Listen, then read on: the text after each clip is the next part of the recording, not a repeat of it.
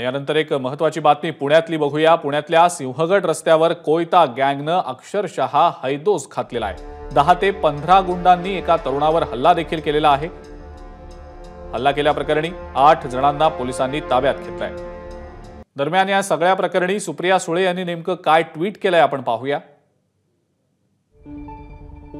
एक्सवरच्या पोस्टमध्ये सुप्रिया सुळे म्हणतात, सिंहगड रस्त्यावरील किरकटवाडी इथं कोयता गँगच्या 30 ते 40 गुंडांनी धुडगूस घालून दहशत माजवण्याचा प्रयत्न केला। या हल्ल्यात काही महिला वृद्ध व्यक्ती जखमी झाल्या। पोलिसांनी तक्रार घेण्यास टाळाटाळ केली असं स्थानिक म्हणतात। पुणे परिसरात कोयता गँगचे कारनामे कमी होण्याचे नाव घेत नाहीये। गृह मंत्रालय निष्क्रिय असल्यानं हे प्रकार घडत असून कायद्याचा धाक संपुष्टात आलाय। आता पोलिसांनी संबंधितांवर कठोरात कठोर कारवाई करावी।